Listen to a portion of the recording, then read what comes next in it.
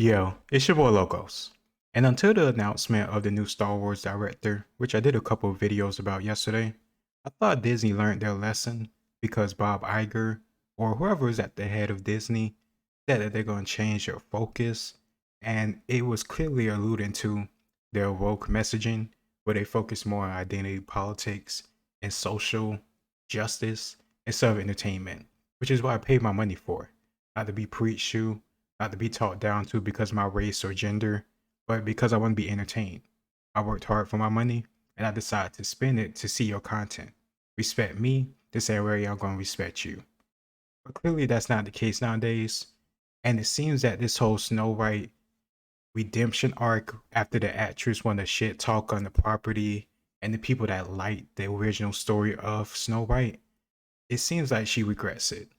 But I don't understand if they understand why Snow White shouldn't be disrespected. Why they continue to disrespect Star Wars? It's loved for generations, for decades. It is a billion-dollar, multi-billion-dollar franchise, and Disney knows this. They have made money off of Star Wars, even if the content has mostly been shit. There are many reasons why I'm not already excited about Star Wars, even if it wasn't for the road director. Whether it's how they handled Rey, Finn, Poe, all the other people in the previous trilogy. Whether it's them not taking the time to flesh out storylines, or to leave plot holes, or to not progress characters that people were invested in. Whether it's Captain Phasma, or Finn. Who knows, was he supposed to be like a Force user? It seemed like it, but when you change directors all the time, when you have bad writers, when you have no sense of direction, it all falls apart. And I noticed so because I used to be deep into movies. I used to watch AMC Movie Talk, Collider Movie Talk with John Campea, John Schnepp, rest in peace to him. So I know this stuff. I don't just talk out my ass about this. I want Star Wars to be good. And all these other things I mentioned, in addition to the new director and the seemingly not caring of Disney about their fans and the people that actually pay money to support this content, what am I left to do besides talk shit about it? I love Star Wars. I always will. Even if most of the stuff coming out nowadays is trash, I got the old stuff. But let's watch this. Hopefully I can get some more information, more context, and the Critical Drinker always put out good stuff, so let's get into it. Now, you don't need me to tell you that the PR strategy for most Hollywood studios in recent years has been suboptimal. You don't say. I know, right? Who would have thought that doubling and tripling down on unpopular positions and blaming your own customers for not accepting the absolute slop you've dished up for them wouldn't be a winner? But sometimes, when they're confronted with irrefutable proof that they've messed up, big time, they have no option but to go into damage control mode and try to put out the fire. Disney have certainly got a lot of PR fires to tackle right now, and one of the biggest has got to be the blazing pile of money that is Snow White. Why did you say that name? Formerly Snow White and the 7 diverse gender non-conforming magical individuals, and recently changed to Snow White and the awkwardly composited CGI dwarves that... That is weird. That does look weird. But think about it. These people are so gun shy or whatever about offending certain people or making sure everybody's included in, that they completely ignored an opportunity to have people who are, I don't know, have dwarfism or whatever to play a role in this movie. Roles so they probably don't get as often compared to everybody else. But they can't see that. It's all about their view of diversity, even if that's not what everybody wants. They're idiots. Look more visually jarring than putting Mr. Blobby into the next Saw movie.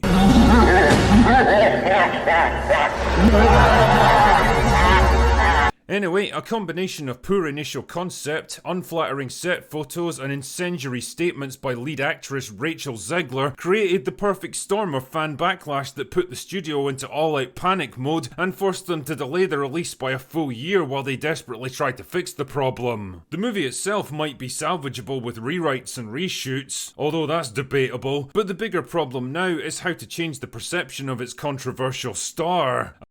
And all them reshoots and rewrites all cost money because their contract is usually set up maybe to the end of the movie or sometimes for a specific period of time, especially if you're somebody busy like The Rock or Robbie Downey Jr. If you have to do reshoots, most of the time that's extra money in the budget.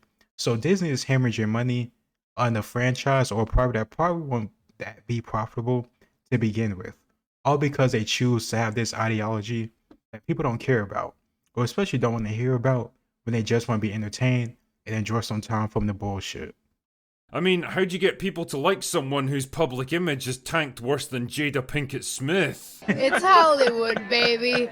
Well, the answer came in the form of a variety interview between Rachel Zegler and Little Mermaid star Halle Bailey, who got together to bond over their shared experiences as Disney princesses. All 40 minutes of it. Now, a big chunk of the interview is just the two of them blowing smoke up each other's arses, but there is a point where they actually discuss something of substance, and that's the fan criticisms of their casting, given that they both played race-swapped versions of original characters. Now, one thing you might notice is how different Rachel Zegler looks, talks, and acts now compared to all those infamous interviews that got her into so much trouble. There's a big focus on her love story.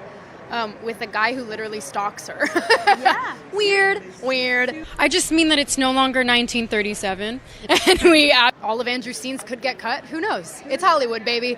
But the brash, abrasive, outspoken Zegler is gone now, and in her place is a quiet, thoughtful, humble young woman who has nothing but praise and reverence for the story of Snow White. The cartoon was made 85 years ago, and therefore it's extremely dated when it comes to the ideas of women being in roles of power. Several months later. The cartoon's so beloved. It's like a monumental moment in film history. Yeah. It was like the first feature-length cartoon movie, to the point where it won honorary Oscars, and all of these amazing things that happened for that film are the reason that you and I really get to sit here today. Oh, wow, really? What I, the critical drinker, and all of us been saying for a long time now, all these bloated minds or narcissistic actresses and actors who shit on these franchises, even though these franchises are the reasons why they have these roles to begin with. And you can finally see that because somebody put their foot in your ass and said, you're not gonna get this money or this movie if you don't get your shit together. Oh my gosh, I'm so glad you finally came back to reality. But also take note of this. These people that preach these crazy ideologies that seem so passionate and can't help themselves but preach it to us, they fold immediately when some money comes their way. They are full of shit. That's why I don't listen to them. I don't buy into them. And I don't take them seriously. When it comes to criticism or when they're trying to state their own ideology, they're full of it. It made Disney what it is.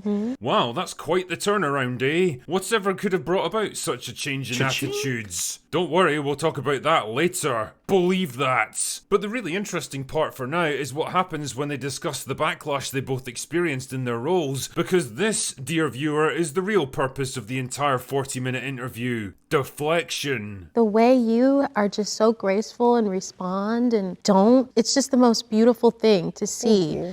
Because it's hard being women under the spotlight. People are so critical. See, there's some very smart psychology at work here, and it's not until you step back for a minute and think about the two different actresses that you realize how this interview is trying to manipulate you. Because in a nutshell, these two people are not alike at all. First up, let's consider Halle Bailey and the journey she's been on so far. She definitely took some heat for her role in The Little Mermaid, mostly because she was playing a race-swap version of a historically white character. Now, you can debate the merits of that argument as much as you like, but the point here is that what most people had a problem with was Bailey's casting, not Bailey as a person. Why? Because she gave them no reason to. She generally came across as pretty charming and likeable in interviews and press junkets, just another actress doing her job and excited to be taking on such a big role. She didn't feel the need to bite back at her detractors, she didn't criticise the original movie for its lack of diversity, and she didn't disrespect her own co-stars or act like she was entitled to even more than she already had.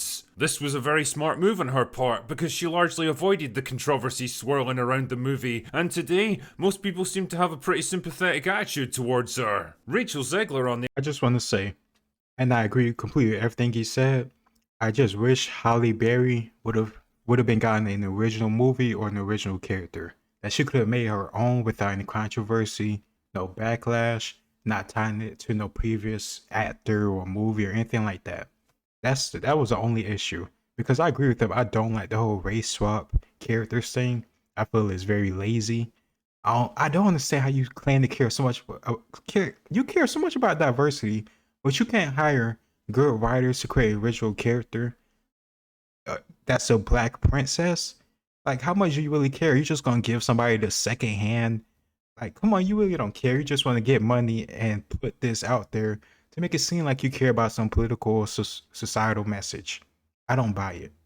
On the other hand, started out in much the same way, but ultimately followed a very different path. Her casting as Snow White definitely inspired the same complaints about disrespecting the source material, but crucially, those complaints were still directed at the film and the studio making it, not the actress playing the character. And if she'd just kept her mouth shut and weathered the storm, eventually it would have died down and nobody would have cared too much. But the point where it really went thermonuclear was when Zegler's comments at press events and interviews resurfaced and people began to get a sense of who she was and how she felt about her role. It's extremely dated. Yeah. Weird. She's not going to be safe with the prince, and she's not going to be dreaming about true love. Now, I don't want to make assumptions and attribute motive here, because none of us are mind readers and only she truly knows her position on all of this. Maybe all the fame and attention went to her head and she got a little too caught up in the moment, or maybe she misread the room and said what she thought people wanted to hear, only to realise later how wrong she was. Shit, man, maybe she'd been given a load of talking points by Disney themselves and was just obediently saying what she'd been told to say. All of these things are possibilities for sure, but given that her comments were taken from multiple interviews at different times and places, but all seem to follow the same common thread and tone, it doesn't seem unreasonable to conclude that this is her genuine personality and her real opinions. And for most people, it's fair to say she didn't exactly endear herself. She came across as brash, arrogant, entitled, and disrespectful. She seemed to have nothing good to say about the original movie. She openly mocked the fairy tale that it was based on, and even laughed at the prospect that one of her co-stars might get removed from the film altogether. All of Andrew's scenes could get cut. Who knows? It's Hollywood, baby. Now, I'm not a Hollywood actor or a celebrity, but even I can tell you this is not how you conduct yourself in public, especially not when you're a relatively unknown actor headlining a film that people are already wary of. What you really need to be doing at a time like this is reassure your audience, projecting an image of someone who's very much aware of the responsibility resting on them, who has nothing but respect and reverence for the original movie that people are clearly still attached to, and who's determined to do the best they can to honour that legacy. You want to come across as someone who's on their side, who understands their concerns and respects their views. Does that mean pushing down your own thoughts and opinions for the good of the project? Maybe swallowing your pride and ego a little to appear more humble and grateful than you actually are? Sure, but that's the name of the game. You're a fucking actor. Your whole job is saying and doing things you don't actually believe, and just because the cameras might have stopped rolling, it doesn't mean that job is over. All of this is a long-winded way of saying that unlike Halle Bailey, Rachel Zegler kinda brought most of this on herself. Yeah, she might have been dealt a difficult hand at first, but she played her cards in the worst possible way, turning general antagonism towards the movie into personal dislike of her. Which brings me neatly back to that all-important Variety interview and why it was a particularly cunning move on Disney's part. See, if you put two actresses together who superficially have a lot in common and both experience backlash against their casting, it's very easy to create a strong association in the minds of the audience. As a great man once said, you might not have noticed that, but your brain did. Clearly they were both discriminated against for the exact same reason, and so neither of them are to blame for what happened to them, conveniently ignoring the fact that one of them absolutely is. It's a false equivalency designed to generate sympathy and guilt that relies on people either having incredibly short memories and forgetting the real reason for the backlash against Zegler, or being complete normies with no deeper understanding of what actually happened in the first place. Bailey is there for one reason and one reason only: to run interference for Rachel Zegler, taking some of the heat off her and diffusing it in the same way she diffused the backlash against her casting as Ariel, by being charming and likeable. Meanwhile, Zegler's been carefully coached to say exactly the correct things in exactly the correct tone of voice, to come across as thoughtful, mature and agreeable, rather than brash, overconfident and opinionated. It's all very slick, all very carefully managed and considered to generate maximum impact, but the question is, does it actually work? Well, personally, I'm a big believer in second chances and redemption. I think there always has to be a road back for people that have made mistakes in the past, otherwise you give them no incentive to change their ways. For example, Brie Larson's managed to put a lot of her past controversies behind her by steering clear of political posturing and divisive public statements and just getting on with the work of being an actor. Yeah, it didn't help much for her latest movie, but let's be honest, I don't think she was the reason the Marvels failed. It's kinda hard to stay mad at anyone that's genuinely sorry for what they did and wants to make amends. But that's the key word here, genuine. It has to seem like it's actually real, and in this case, it doesn't. None of it comes across as a genuine attempt to make amends and set the record straight. It's more like a carefully calculated deception, deflecting responsibility for past mistakes onto other people, and quietly changing course without acknowledging that you were on the wrong one to begin with. It's a very slick piece of spin doctoring from a studio that knows they've done wrong, but can't bring themselves to admit to it. And well, I don't think it's going to change too many people's minds about the film or the actress. Oh, and just before I go, here's a little reminder that the new Critical Drinker merch store is well and truly up and running, and fulfilling orders as we speak. So if you're in the market for a Christmas gift that'll change your life forever, then the link is in the description. Anyway, that's all I've got for today. Go away now. But yeah, I agree. I agree completely with the critical drinker. I don't find it as genuine. I think she just did it because it's what she had to do to save her role and save this movie. Once again, and I didn't think about this before, but I don't understand why she would do this, considering how young she is as an actor or as an actress, especially in her career. I never heard of her. I would assume most people haven't. And she get to have a breakout role as Snow White, an iconic character. So why would you do this and alienate any kind of fans that you could possibly have after this movie comes out? And now because of this, maybe there's some other technical things like reshoots, rewritings, but like he said, that could be related to the controversy, to be honest. But either way, you're pushing back the amount of success, fame, and notoriety you could have had by your comments. Because now you gotta wait till 2025 March and hopefully people will see it and like it and forget about all the bullshit you said leading up to the release. Instead of, keeping quiet, or at least keeping quiet about your political beliefs because nobody cares. And then just, doing your interviews, doing a good job, and then the movie come out. Like, I don't get what's so hard about that. But now because of her choices, she has to wait another year for any type of success or payoff for her hard work. And now she has to do more work doing damage control. And I don't see that really helping because Disney overall really haven't learned their lesson. I'll have the 2 videos I did for Star Wars linked down below. That's part of the reason why I wanted to react to this video. Because a month ago, I remember hearing all this stuff about Disney trying to change things because of Bob Iger, recognizing they're losing money on all these different movies and Disney Plus because of these political stuff. But then you hire this new director for Star Wars, and she says she want to make men uncomfortable. You haven't learned a damn thing. And I look forward to y'all falling apart. Unfortunately, that means Marvel and Star Wars probably gonna fall apart with it, but it's not on us. Like, us fans, we love these franchises, but I'm not gonna go and pay my hard-earned money for trash. And people think I'm trash and talk down to me like I'm trash and make assumptions about me because of my race, gender, or anything else. I'm not doing it. I hope you're not either. Let me know what you think in the comments down below. It's your boy Logos. Like, share, and subscribe, and I'll see you next time. Peace.